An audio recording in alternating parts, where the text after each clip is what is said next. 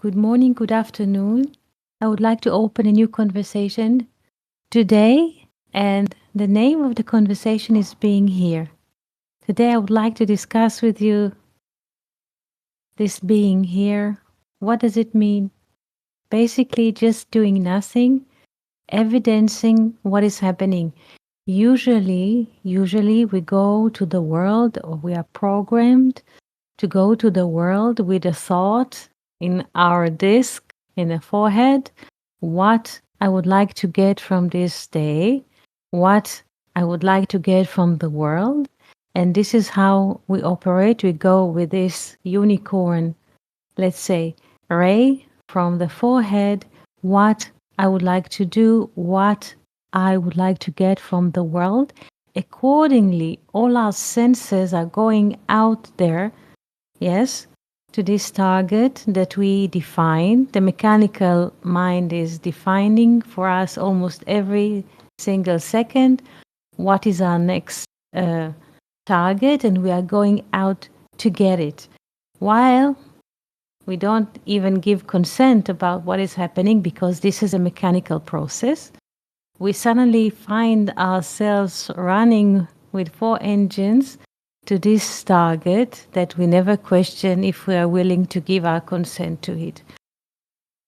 Are you familiar with this notion? Did it happen to you before that suddenly you find yourself somewhere without giving consent when the technical, mechanical mind, yes, the head has its own agenda.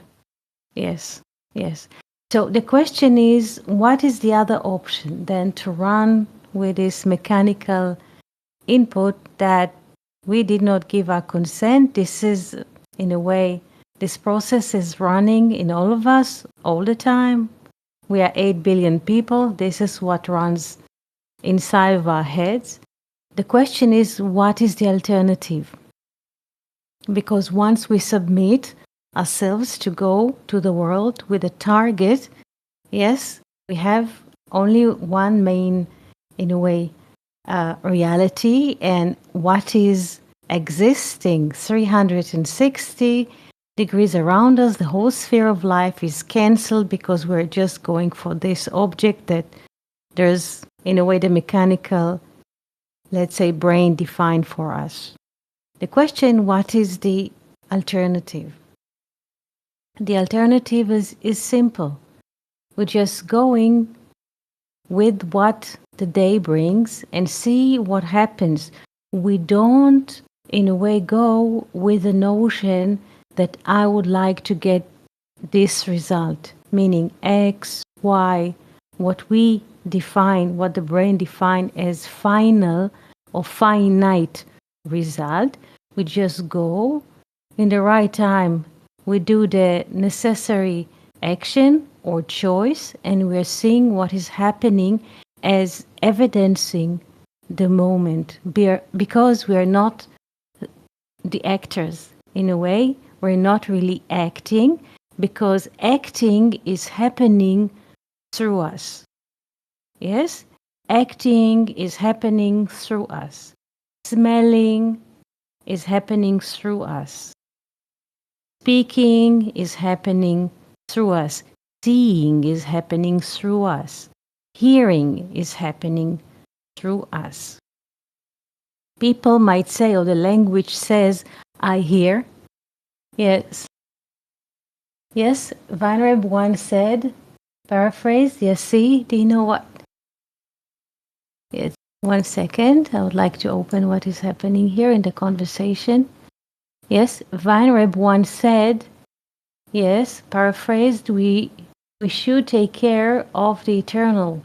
The worldly kind of takes, yes, because this is a mechanical happening. Yes, to take care of the eternal, meaning being evidencing. Oh, when we walk in the world, we have the notion, and Luria speaks about it as well in his books that his student Vital wrote. When we move in the world with not a sense of, let's say, John is walking now in New York and I want to get the city, or I have main objective in my head, but we walk through life and evidencing it from the perspective of being. We are not the doers. We are not the walking. Walking is happening through us. Conversation is happening through us. Yes? We don't write a letter, but writing a letter to a friend is happening through us. So, and I'm very reluctant of using the word ego because we're speaking about different people with different notions, but it is not, so to speak, let's call this figure John, which is writing a letter to his friend Mary. The writing happened through John and is being sent, yes, to another one which will read, or through him, through her, will be a reading of this letter. Is this understood? That we are not the doers. We are not the doers. And the notion or the recognition that we are not the doers relieves and takes a lot of load from our shoulders, from our mind. Because we did not create the conditions or the circumstances for life here on earth. We appear here, each and every one of us, because we are in a way a fruit of many, many happenings in the past. In order that John or Mary will appear here in space and time, infinite actions had to occur that they will appear here in time. Yes.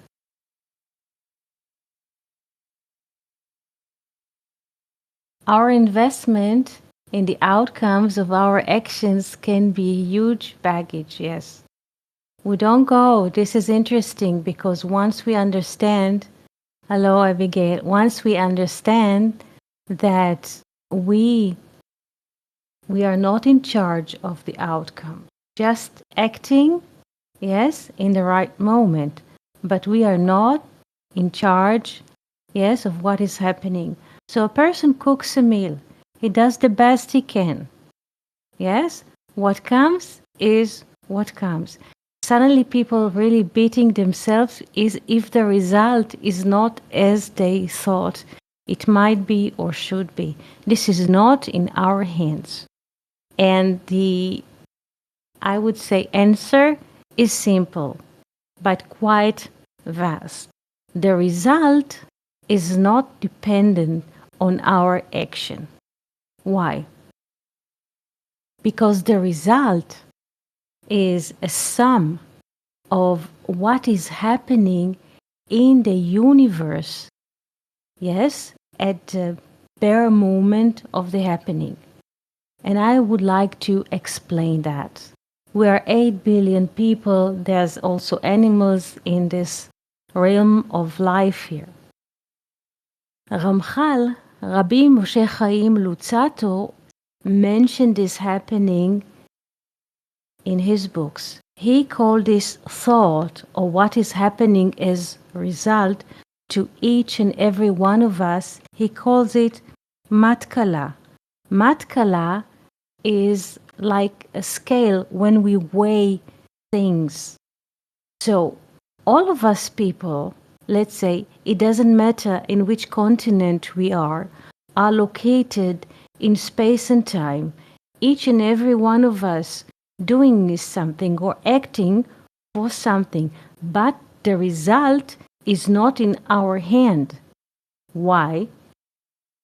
Because we are not solo actors. There are 8 billion people and more animals, that I don't know how many, but all of us are in a way object that creates those reality. And the outcome can never be dependent on our actions because we cannot calculate 8 billion people actions in one single second because it depended on this whole concert called life. Yes, we're playing Madcode. Yes, with reality. Yes. Is this understood why, in a way, we should not focus on the result? Is it understood why the result of the action or the outcome is not in our hand? Is this clear? Because at the moment we are not the only actors on the stage. In a way, the outcome is something that no mind can calculate. Yes? No mind, no human mind can calculate such a mass happening in one single moment. Not even very fast computers, they can't. It's infinity complex chess game. We just don't have all the data. That's correct. That's correct. Yes, Fernando, could you explain this concept, what matkala means? Matkala is an Aramic term. In Hebrew, I will write it here. In Hebrew, this is mishkal. Mishkal. What is mishkal? When we have scale, yes? And the scale, very good, Zeno. This is matkala in Aramaic, yes? In, how do you say, when we look at astronomy, we call it Libra, yes? Or this is a weight or scale in which we weigh things. So the all, according to Luzzatto, whatever happens to each and every one of us in his singular or single life, time, space, this person is something which is balanced with all the people that are living at this moment. Yes? People say, I would like to go to the market to buy, let's say, oranges. So he goes to the supermarket or to the market to buy oranges. This is what he thinks. But what will happen in the market at the same day, at the same hour, he cannot, in a way, forecast, because what will happen at this moment in the supermarket, this is one action of one person, but it comes into this infinite calculation of 8 billion people, animals, trees, whatever, streams of winds, weather systems, yes, currents of water under the ocean, all kinds of things that we cannot take into calculation. So what might be seem to us is a very simple act, like go to the supermarket and buy a few oranges. It is simple. Oranges, just go and get them. Yes, it's not that hard because there was probably a farmer or a farm that grew, yes, this orchard or these oranges, and there is a supply, there's a truck that brings it to the market, to the supermarket, and we go and buy it. But at the moment of happening, we can never anticipate what will happen, if there will be oranges or not, if more people will take, if there will be electricity fall in the supermarket because there was a great storm at night, if the supermarket will not be open because last night somebody shoot a rocket at it. We just don't know. We cannot take all considerations might be possible, yes, in our mind and calculate because we are not in charge. There is a practice in Zen Buddhism where before the meal they bring to awareness the whole chain, yes, of the ingredients being grown, processed, shipped, cooked, and all the people involved in handling these steps. That's correct. That's correct. Because we take it for granted. There's a liter of milk at home. We don't calculate back how this liter of milk arrived at our table. Just for a simple cup of coffee, let's say coffee with milk, yes, to have this cup of coffee, we have to have a cow. But a general cow, it's not enough. She has to be, first of all, she has to deliver a calf. She has to be a mother calf because the milk that comes from her is dependent of her being a host mother, yes, to a fetus calf, and then she has to deliver it. And then she will have milk. Not to mention that somebody has to be there in the farm to milk the cow, to ship, yes, the milk, to test the milk, and so on until it arrives to our home for a cup of coffee. This is just a little example, yes? So, and sometimes people go to the world with the notion that I did not do this and I did not do that. And yesterday I was not the great person in the world. And we are occupied with, let's say, loaded occasions of the past that we did not create it. This is most important notion. We don't create not moment in the past, not in the present, nor in the future. It's not in our hand because all this concert, which is called life, is not handled by us. Yes, we are just in a way, let's say, awareness, which is connected to bodies that appears in space and time, and we are just acting on this stage called life. Yes, but there's infinite calculation and modification and all kinds of physics, a law of physics that come into consideration that no human mind or even smart computer can't conceive the whole database that our life here are in a way engaged or are coming from. You just can't. This is impossible. No human, I repeat, no human in every time, in every single minute of history, now or in the future, can calculate or can see the whole perspective. Why? Because every human that lives from A to B in a, let's say, a lifetime of a man, even if it's 300 years, it is only 300 years unit from infinity. This is only one line from A to B. He cannot see, he cannot conceive the whole story called life. It's like we are looking at the whole through a tiny keyhole, and we call this little perspective everything. This is great. This is great. And what you're referring now is known in the book or in the books Olam HaNikudim, the world of dots that we are looking. Olam HaNikudim. Write it in Hebrew. Olam HaNikudim. Yes, this is it.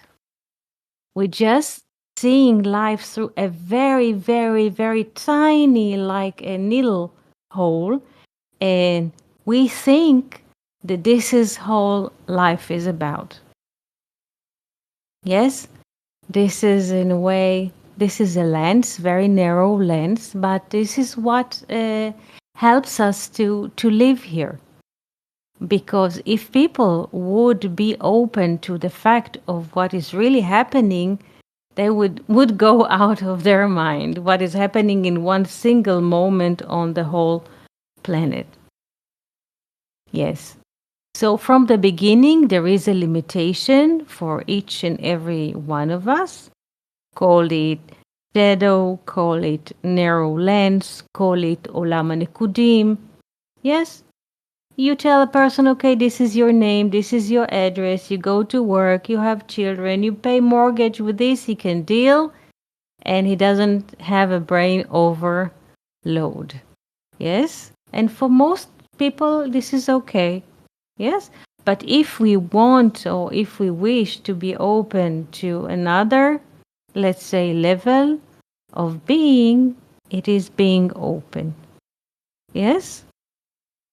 And the more we would like to be open or stay open for another level or higher level, it is what is requested is in a way to travel light, because we cannot go forward with this baggage of self-blaming or self-importance or selfing, or I am the one who was born in whenever, yes, and I have the name, and this is my neighborhood, and those are my ancestors. This is not traveling light.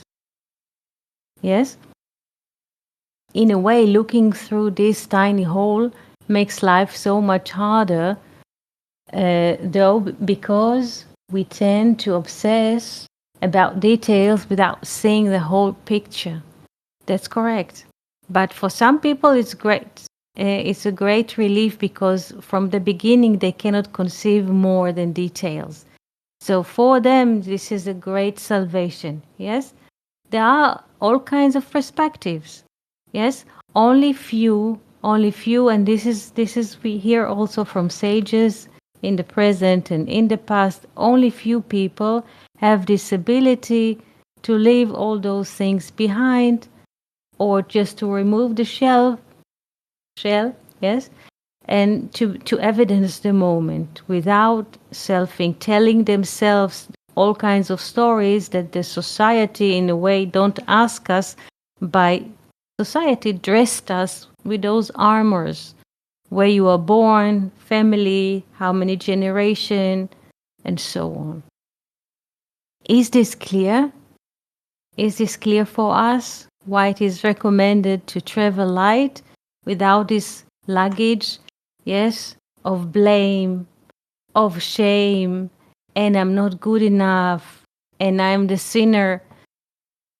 Because people go with this self-blaming that I am a sinner, I committed a crime. If I could speak to him in a different tone, if I would have say the other words, it would be better.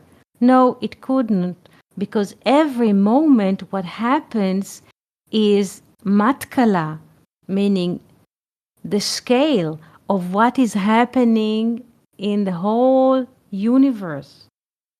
So we might experience an appearance, let's say, of rage, of anger, of laughter, yes?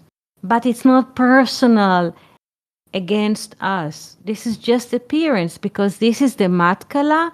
This is what is way on the scale of all souls at this moment. To be the sinner is the same inflated attitude as I am most important. Very good, very good, very good. This is another pole. Excellent. Yes. So, how do we travel light, or how do we move without self-importance? Because we are not in charge. We did not put ourselves here. Yes, with this whole, let's say, journey, and we're just evidencing it.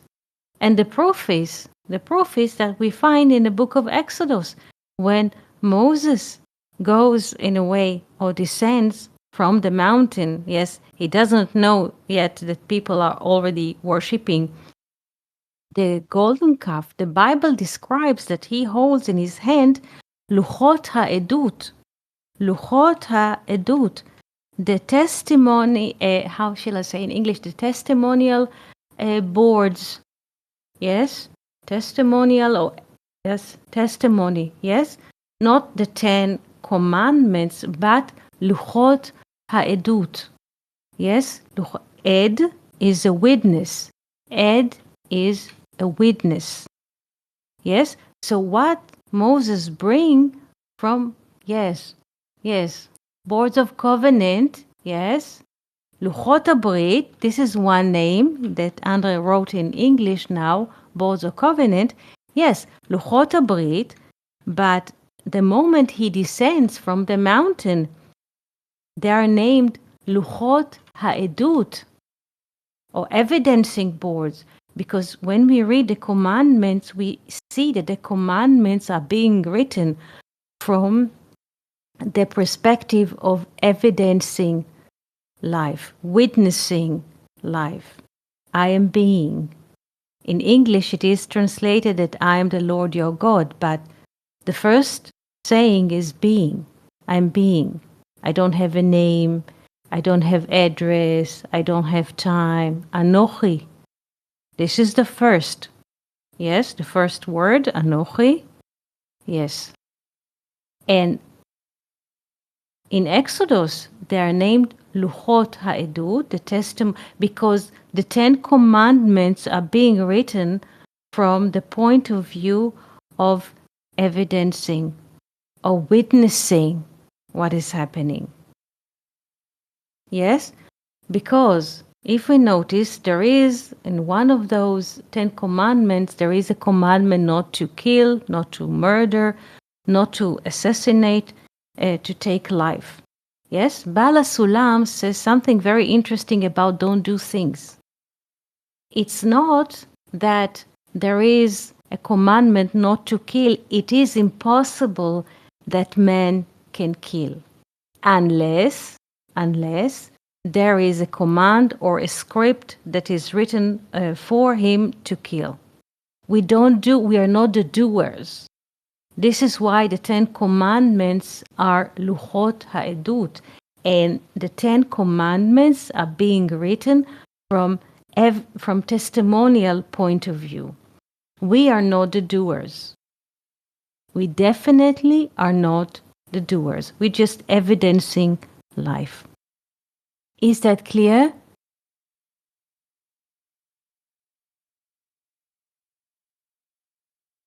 Like to ask any question? Would you like to say something? When we walk in the notion that we are just evidencing life or move in life through evidencing, yes, life becomes more easy. They're not heavy. We don't carry grudge. We don't walk with remorse, with sorrow, with I should, with I could, with I would. And this wrestling in the mind occupies time. And when we are wrestling with all kinds of weird ideas in our mind is being occupied and we are not in the mode of being. Because being does not have this heaviness, yes, of gravity. I should, I could be better, I sinned, and so on. Because being is just this emptiness without carrying any weight. People tell themselves their age and suddenly they feel very heavy, or people tell themselves that they are the parents or they are the deliverance of these children or whatever. They say, don't judge, but in a way that's all the head does all day long. Yes. Yes. We are playing God. Yes. Yes. This is what we do. All the time we are playing God. Yes. Default programming. Yes, we are playing God. Since I can see, hence I can judge. Yes, and I know. Yes.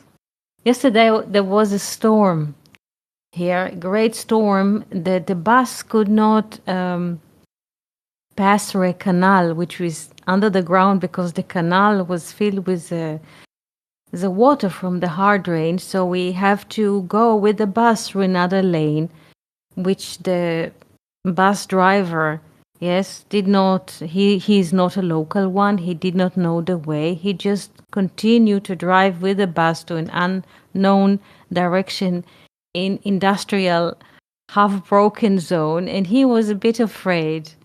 And I noticed that he does not know the way, so I approached next to the driver, and he says, and suddenly he saw another bus which is dumped on the right side of the road, blinking lights, nobody was there. So he was more afraid because there was another bus in front of him that also was dumped there in this half-broken industrial zone. So he says, but why is he here? And why is the road like this, broken and undefined? And I said, I don't know. Maybe God knows. I don't know. Just continue to drive. And here we are at the fish shop, and then there's a bakery, and then go to the bridge. And we really don't know what is happening.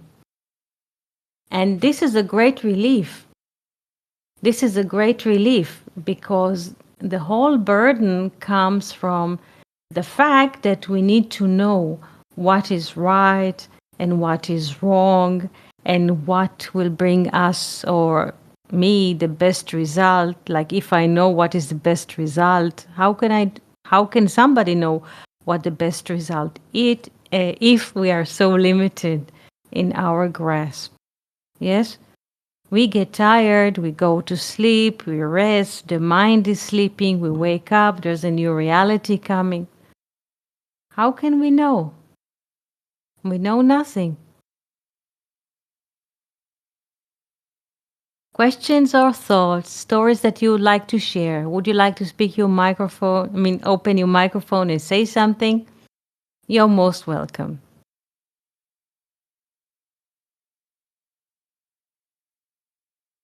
If there aren't any questions at the moment, I would like to greet you with the most beautiful and fruitful week. Thank you so much and shalom.